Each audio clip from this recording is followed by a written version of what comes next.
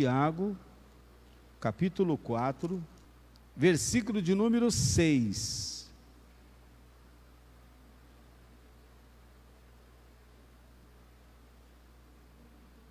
A segunda parte, fala assim comigo: Deus resiste aos soberbos,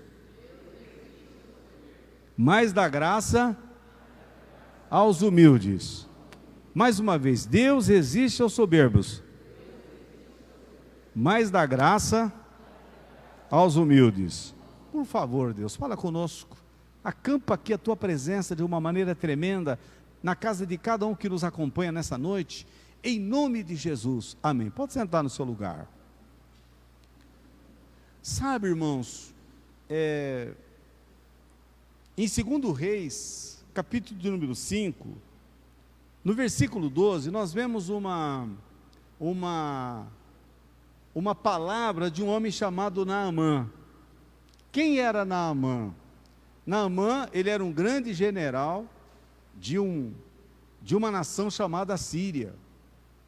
Abaixo do poder do rei, era o poder do Naamã. Ele era comandante do exército.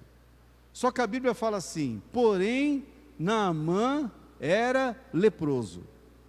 Quer dizer, ele tinha todo um poder, ele tinha toda uma autoridade, ele tinha todo o reconhecimento, só que por baixo daquela vestimenta de comandante do exército, certamente tinha uma linda couraça, ele devia ter uma linda capa também, com detalhes, a couraça com detalhes, talvez em prata, em ouro. A sua espada devia ser uma espada também muito bem desenhada. As suas vestes no geral, porque ele era comandante do exército. Quando ele chegava na casa dele, e ele tirava aquela couraça, e tirava aquela capa, as suas carnes estavam apodrecendo. A Bíblia fala assim: porém, leproso. Então, publicamente as pessoas não viam suas chagas, mas ele sabia a realidade que ele estava vivendo. E vamos lembrar que nos tempos bíblicos, a lepra não tinha cura, não tinha tratamento para a lepra. O leproso normalmente ele era segregado da sociedade, ou seja, colocado num local à parte, porque a lepra também é contagiosa.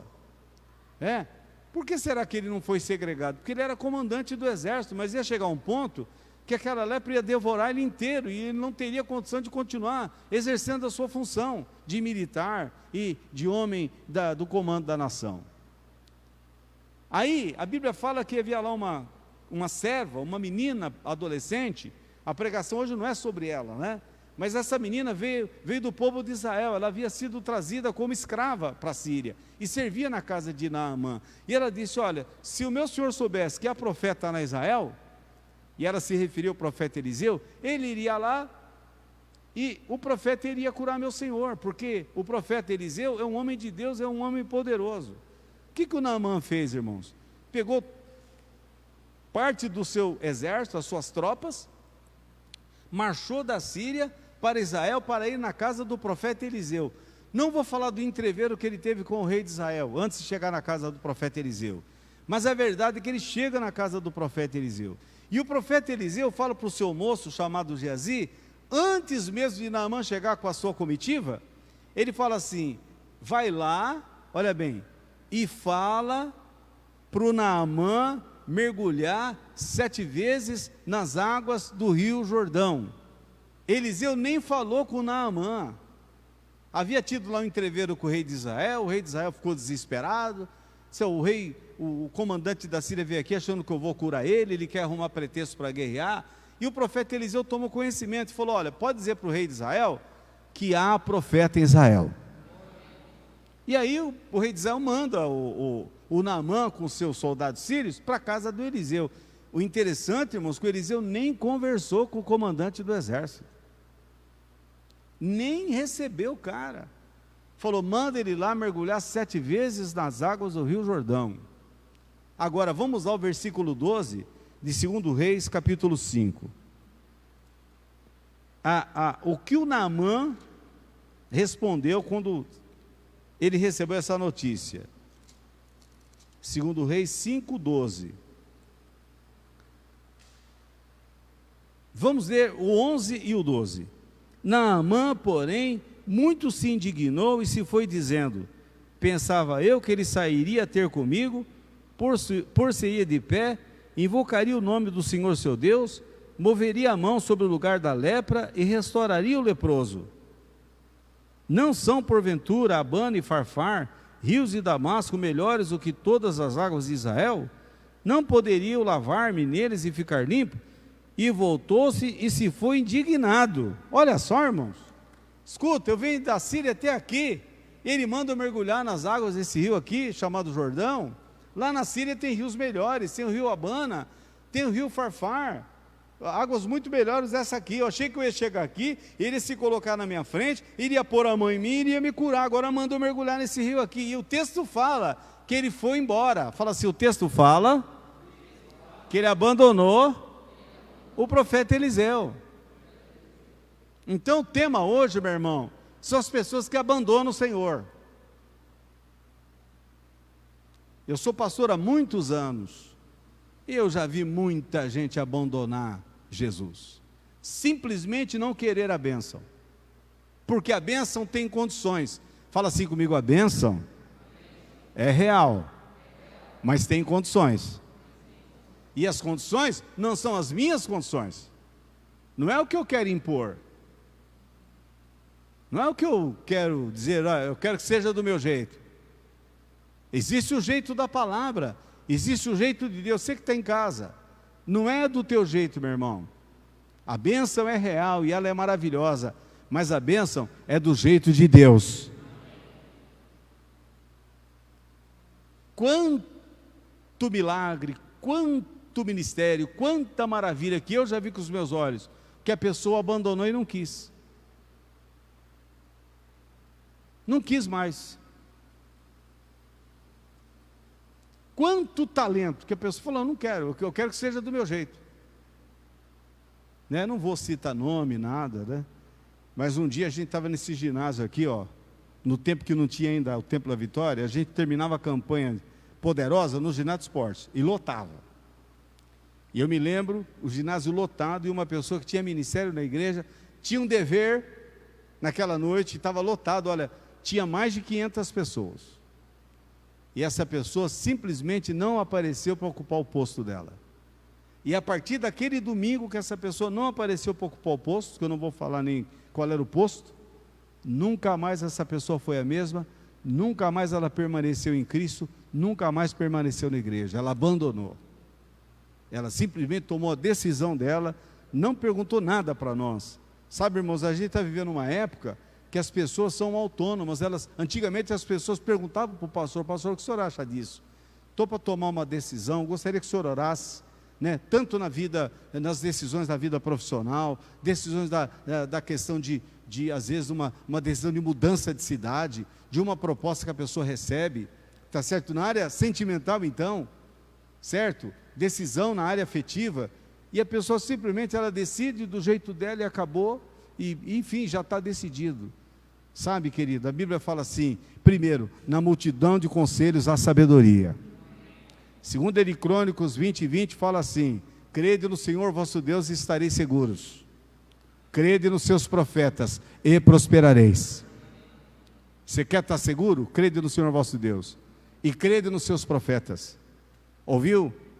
Não seja daqueles que abandonam. O Naamã estava indo embora, irmãos. Os rios da Síria são melhores. Achei que eu ia chegar aqui, ele ia pôr a mão em mim e estava tudo certo. Olha que coisa. Sabe, a gente diz aqui, olha, venha para a escola bíblica. Atualmente não está tendo escola bíblica, mas quando tem escola bíblica, vem para a escola bíblica. Olha, faz o Minha Família no altar de Deus. Pega o esboço da mensagem aqui no domingo de manhã. Vai na simplicidade, esboço bem humilde, bem simples, assimilável por qualquer pessoa. Começa você mesmo buscando a Deus e fazendo o teu culto doméstico. Você que está em casa, olha, se você tem condições, está com saúde, venha para a igreja. Aqui na igreja, nós felizmente temos um prédio grande, que nós temos condição de dar o espaçamento aqui. Então pode vir na igreja. Amém, Jesus? Porque tem aqueles que por conta da pandemia, simplesmente eles estão se desconectando da igreja. Aí eu vi uma frase, essa frase não é minha, pior do que estar longe do vírus, é estar longe do altar. Que o vírus você corre atrás, toma os remédios, batalha, luta, a maioria se salva, tá certo? Mas às vezes a pessoa se afastar do altar, significa, meu irmão, que simplesmente ela vai evaporar espiritualmente. Quem está entendendo o que o pastor está pregando aí? O homem leproso, o profeta fala, vai e se joga nas águas do Rio Jordão, 7 vezes, e ele começa a questionar. Não, nos rios, lá na minha cidade de Damasco, tem rios melhores do que esse aqui. E ele tinha levado um monte de ouro, de prata, ele tinha levado um monte de tecidos finos para dar para o profeta. Aí ele estava indo embora indignado. Eu não vou ler o texto todo, mas vou pregar o texto. Aí os auxiliares dele, os assessores dele, falaram: escuta aqui, ô Naamã, se ele pedisse todo esse ouro que você trouxe, você não daria? Ele falou: eu daria. Se ele pedisse toda a prata que você trouxe, você não daria para ele? Daria. Se ele pedisse todas as vestes finas que você trouxe, você não daria para ele? Eu daria pela minha cura. Pois é, ele não está pedindo nada disso. Ele está pedindo apenas para você mergulhar 7 vezes nas águas do Rio Jordão. Cadê o glória a Deus? Olha que interessante. Ele só está pedindo isso. Traduzindo, fala assim comigo: humildade. Traduzindo, fala assim: querer e humildade. Porque às vezes a pessoa não quer, irmão. Lá em Isaías 1:8 está escrito: se quiserdes e ouvirdes, comereis o melhor dessa terra. Você precisa querer. Se quiserdes e ouvirdes, comereis o melhor dessa terra. Você precisa querer. Fala comigo: é preciso querer. Tem o pessoal que está querendo buscar o Senhor, vai orar comigo aqui depois do culto. É preciso querer. E o texto de Isaías fala: se quiserdes e ouvirdes, comereis o melhor dessa terra. Mas se recusardes e fordes rebeldes, sereis devorados à espada. Sempre nós temos uma condição. Aí caiu em si. E ele vai e mergulha no Rio Jordão uma vez. Alguns estudiosos, pregadores têm dito assim, que a cada mergulho que ele dava no Rio Jordão, irmãos, ele estava deixando lá dentro do Rio Jordão uma característica de pecado da sua vida.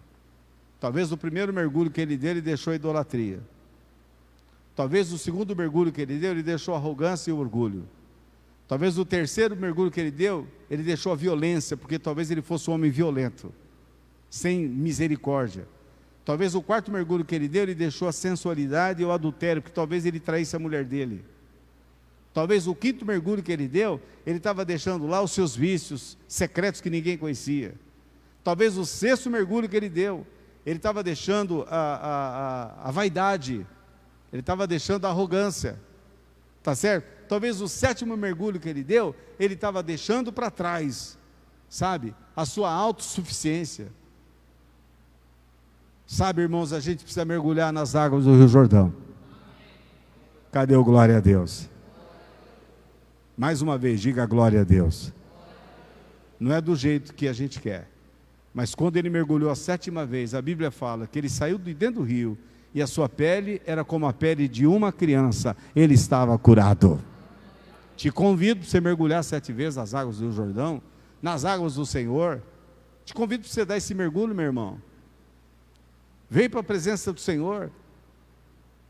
Tem aquele que está abandonando o Senhor. Contrapartida, lá em João 6, tem o paralítico que estava na beira do tanque de Betesda. Ele queria estar perto do Senhor, mas não tinha quem aproximava ele. Se você entrou aqui hoje, você é uma pessoa que está querendo o Senhor, alguém te trouxe aqui, então aqui é o lugar da mudança da história da tua vida.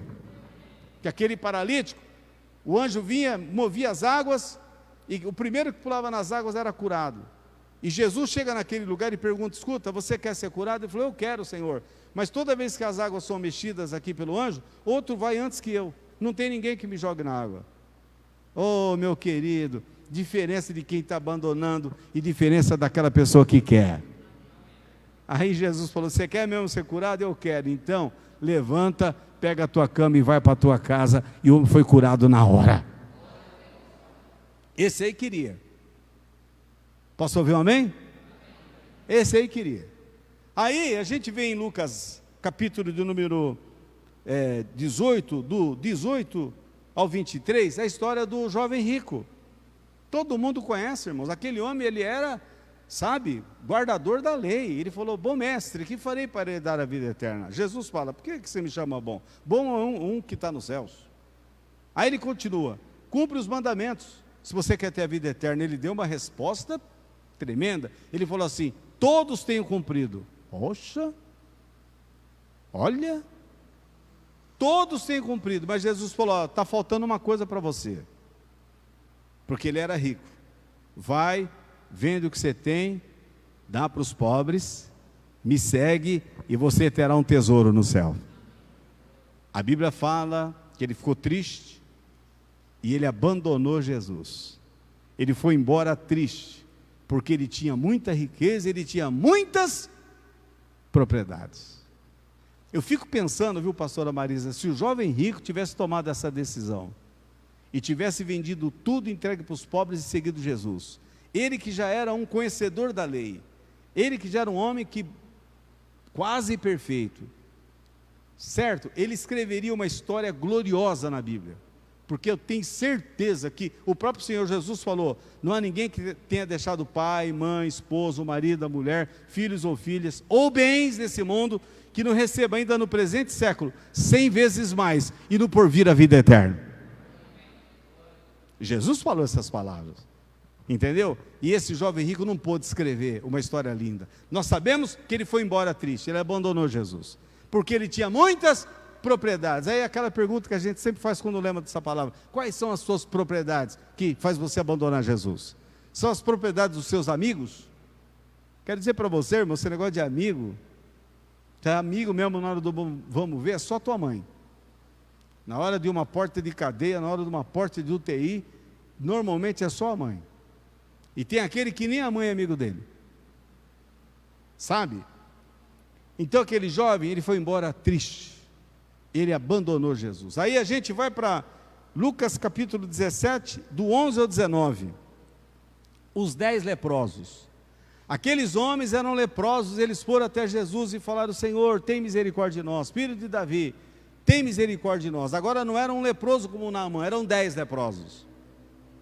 E a palavra diz que Jesus falou assim: ide e apresentai-vos ao sumo sacerdote, porque todo leproso, para poder voltar no convívio social, ele tinha que passar pelo sumo sacerdote. O sumo sacerdote examinava se ele estava curado mesmo, se ele estava em condições de viver socialmente, tá certo? E ele dava o aval sanitário. E os 10 leprosos, quando Jesus falou: ide e apresentai-vos ao sumo sacerdote, os 10 foram em direção ao templo. E um detalhe: os 10 foram curados. Cadê o glória a Deus? Mas só um voltou. Está aparecendo o texto aí, por acaso? Só um, é Lucas capítulo 17, do 11 ao 19. Só um voltou para agradecer a Deus. Vai subindo. Entrando numa aldeia, saíram-lhe ao encontro 10 homens leprosos, os quais pararam de longe e levantaram a voz dizendo: Jesus, mestre, tem misericórdia de nós. E ele, vendo-os, disse-lhes: ide, mostrai-vos aos sacerdotes. E aconteceu que indo eles ficaram limpos. Fala assim: indo eles foram curados. Um deles, vendo que estava são, voltou glorificando a Deus em alta voz, e caiu aos seus pés com o rosto em terra, dando-lhe graças. E este era samaritano. Respondendo Jesus disse: não foram 10 os limpos? E onde estão os 9? Não houve quem voltasse para dar glória a Deus, senão esse estrangeiro? Olha que tragédia, irmão. O samaritano era considerado impuro, era considerado um ser de terceira categoria, ele não era israelita. E aquele que não conhecia direito a lei do Senhor, que não cultuava no templo, porque não podia entrar na área do templo, aquele homem que tinha pouca revelação das coisas de Deus, ele volta para glorificar a Deus. Só um. 10 foram curados. Um era tintureiro, voltou para a tinturaria. O outro era padeiro, voltou para a padaria. O outro era marceneiro, voltou para a marcenaria. Certo? O outro, ele era ferramenteiro, voltou para a ferramentaria. O outro era casado, voltou para a esposa. 9 simplesmente não voltaram onde estava Jesus. E se eu for contabilizar na minha vida o que Deus já operou na vida de tanta gente, irmãos. Sempre conto uma história que um dia eu estava na Plidene Moraes, uma mulher me parou, ela estava com outras mulheres, falou: esse aqui é o pastor Daniel, esse homem aqui é maravilhoso, meu filho estava louco lá em casa, quebrando tudo, ele estava com o espírito, e nós chamamos o pastor Daniel, ele veio e mandou que todo mundo saísse, e ordenou, e o mal saiu do meu filho nunca mais passou mal. Eu nem sabia quem era a mulher, nem lembrava. Falei: a senhora tem certeza que sou eu? Claro, é o senhor sim, só que o senhor tinha bigode antigamente. Falei: então era eu mesmo. E onde é que a senhora morava? No Talavaço. Eu não lembro, irmãos. Ela falou, não, era o senhor. Ela falava assim, esse aqui é um santo homem de Deus. Eu falei, senhora, eu fico muito assim, alegre, a senhora está fazendo essa observação, mas a senhora está indo em alguma igreja? Não, não vou em nenhuma igreja. Eu falei, pois é, a senhora tinha que ir para a igreja, porque teu filho estava miseravelmente endemoniado, foi libertado, e a senhora não quis Jesus. E preguei para as outras também, olha aqui, não adianta só ser curado e libertado, nós precisamos glorificar o nome de Jesus. E glorificar o nome de Jesus, meu irmão, é igreja, é palavra, é estar todo dia na igreja, é estar toda oportunidade, é estar aos pés do Senhor. Só um voltou para agradecer, os outros 9 abandonaram. O jovem rico abandonou. Em João capítulo 8, irmãos, trouxeram uma mulher para Jesus que ela foi pega em adultério. A lei de Moisés mandava que quem fosse pego em adultério era para ser apedrejado. E eles falaram, mestre, pegamos essa mulher em adultério, a lei de Moisés manda que ela seja apedrejada, e tu que dizes? Jesus ficou calminho, ou calmo, começou a escrever no chão, como estava demorando. Imagina a situação daquela mulher, irmão, ia morrer apedrejada. Quero dizer para vocês que nos países muçulmanos, ainda hoje, mulheres morrem apedrejadas. Se o marido levantar uma calúnia que ela traiu ele, ela é levada para a rua, sem dever, ela é apedrejada. Hoje, isso acontece hoje, 2021. E Jesus, ouvindo aqueles homens dizendo assim, e tu que dizes? Querendo pegar Jesus, mas eu não vou entrar na pegadinha contra Jesus. Apenas Jesus começa a escrever no chão. Tinha homem, tinha ancião, tinha velho, tinha jovem, criança. Aí Jesus fala aquela palavra linda, aquele dentre vós que não tem pecado, que atire a primeira pedra. Fala assim, Jesus falou, aquele dentre vós que não tem pecado, que atire a primeira pedra. Querido, foi um petardo em cima deles. Foi um petardo, uma pancada. E aí, sabe o que aconteceu? João capítulo 8, versículo de número 9. João 8, versículo 9. João capítulo 8, versículo 9. Quando ouviram isso, saíram um a começar pelos mais velhos, até aos últimos. Sabe, deixa aí para o pessoal visualizar. Nunca, eu prego o evangelho há muitos anos, 44 anos. Já preguei essa mensagem centenas de vezes, mas nunca enxerguei o que hoje eu pude enxergar. Que aqueles homens tomaram aquele petardo porque eles eram pecadores. E na frente deles estava aquele que poderia perdoar o pecado deles também. Vou falar de novo para ver se você anima aí. Certo? Na frente deles estava Jesus, que estava ali para perdoar aquela mulher pega em flagrante adultério, que era um fato mesmo acontecido. E quando Jesus fala, olha, aquele que não tem pecado seja o que atire a primeira pedra, aquilo foi um impacto, não era o caso deles pedirem misericórdia ao Senhor, falar, Senhor, nós também somos pecador, tenha misericórdia de nós também temos fracassado, nós também temos errado, nós não somos dignos. Não era o caso? Todos eles seriam perdoados e todos eles seriam salvos. Vamos lembrar que João Batista, que veio antes de Jesus, a mensagem deles era, arrependei-vos porque vos é chegado o reino dos céus. Ele dizia, raça de víboras, quem vos ensinou a fugir da ira vindoura? O machado está colocado na raiz das árvores, e a árvore que não der fruto será cortada e lançada no fogo. Mensagem dura do João Batista. A mensagem principal de Jesus, meu irmão, foi a mensagem do arrependimento. Ele veio curando, ele veio libertando, ele veio operando maravilhas e milagres, mas a principal mensagem, arrependei-vos. Aí o João Batista é preso, depois ele morre, Jesus começa o seu ministério. Qual é a primeira pregação de Jesus, a primeira mensagem de Jesus? Arrependei-vos. E hoje aqui o Senhor está falando, arrependei-vos. Cadê o glória a Deus? Como é que está a tua vida? Você também está abandonando o Senhor? Você que está em casa, você também está abandonando o Senhor? Como é que é a tua realidade hoje? O Senhor está falando, arrependei-vos. Você vai falar, pastor, eu tenho muito pecado. Então você está falando uma verdade, você não está mentindo. Mas o Senhor Jesus é aquele chamado misericordioso. Todos digam glória a Deus. Ele disse assim: o Filho do Homem veio para salvar, buscar e salvar o que se havia perdido. Você se sente perdido? Jesus veio para você. E aqueles fariseus de João 8 poderiam ter se arrependido, mas um a um jogaram as pedras no chão e foram embora. Não ficou um. A começar pelos mais velhos até os últimos. Ficaram só Jesus e a mulher, ofegante, ela que estava já condenada a morrer apedrejada. E ele fala: mulher, onde é que estão os seus acusadores? Ninguém te condenou? Ela disse: Senhor, ninguém me condenou. Ele disse assim: nem eu tampouco te condeno. Vai e não peques mais. Irmão, fique em pé um minuto. Todo mundo em pé. Por favor. Levanta as mãos. Agora pode sentar de novo. Glória a Deus. Eu estou de frente aqui, tem irmão que está indo para o terceiro céu.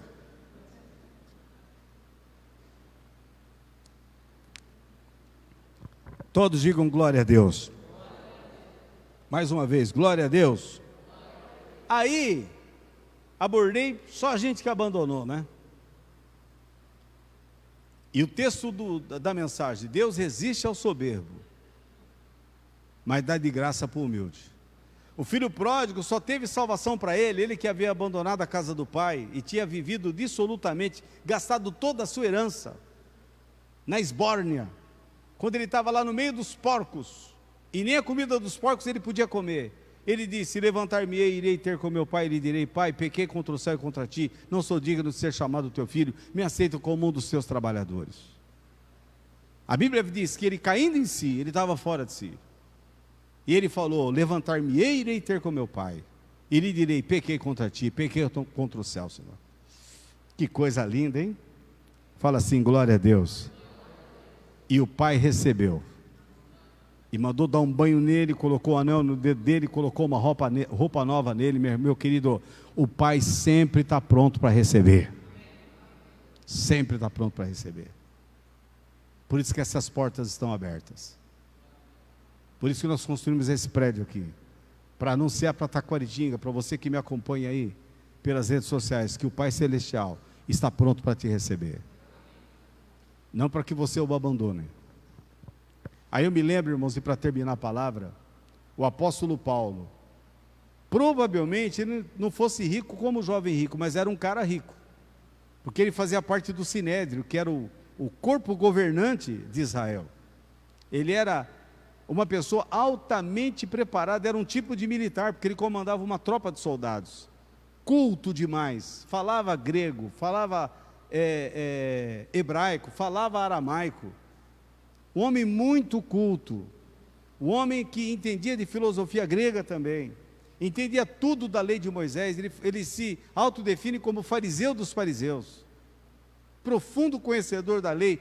Escrevendo aos Gálatas, ele diz que quando criança, ninguém em Israel se sobrepunha a ele, do tempo da geração dele. Esse homem extremamente preparado, esse homem culto demais, zeloso da lei, ia para Damasco com carta dos principais do Sinédrio para matar os cristãos. A Bíblia fala que Paulo respirava ameaças de morte, havia consentido na morte de Estevão, mas agora no caminho de Damasco, Jesus em corpo de glória aparece para ele, em corpo de glória. Quem pregou para o apóstolo Paulo não foi o apóstolo Pedro, não foi o apóstolo João, nem outro dos discípulos ou dos apóstolos, foi o próprio Jesus em corpo de glória. Ele viu aquela luz, caiu no chão, ficou perplexo, e do meio daquela luz ele ouviu aquela palavra linda: Saulo, Saulo, por que me persegues? Quer dizer, quem persegue a igreja está perseguindo Jesus. Por que me persegues? Ele pergunta: quem és tu, Senhor? Ele diz: eu sou Jesus a quem tu persegues. Cadê o glória a Deus? Aí versículo de número 9, de Atos capítulo 9, versículo 5. Atos 9, versículo 5. Quem és tu, Senhor? Eu sou Jesus a quem tu persegues. Duro é contra ti recalcitrar contra os aguilhões. Versículo 6.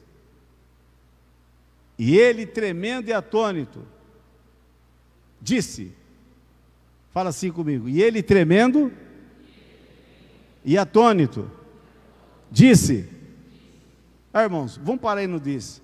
O Paulo poderia querer lutar com Jesus em corpo de glória. Ele poderia querer questionar com Jesus. Foi um impacto tremendo. Mas com toda a estrutura cultural que ele tinha, certamente era um cara da alta sociedade, ele poderia não aceitar. Vamos lembrar, irmãos, que Balaão foi para amaldiçoar o povo de Israel e apareceu um anjo para ele.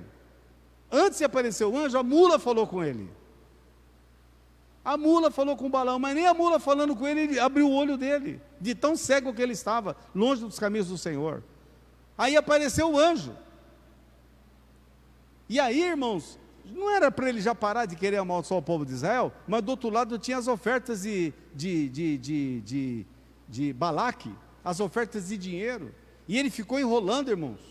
Já de cara já era para ter aceito a visão e aquilo que ele pôde enxergar do mundo espiritual. E aí 3 vezes ele foi tentar amaldiçoar, não conseguiu, porque contra Israel não vale encantamento, porque sobre Israel está a bênção do Senhor.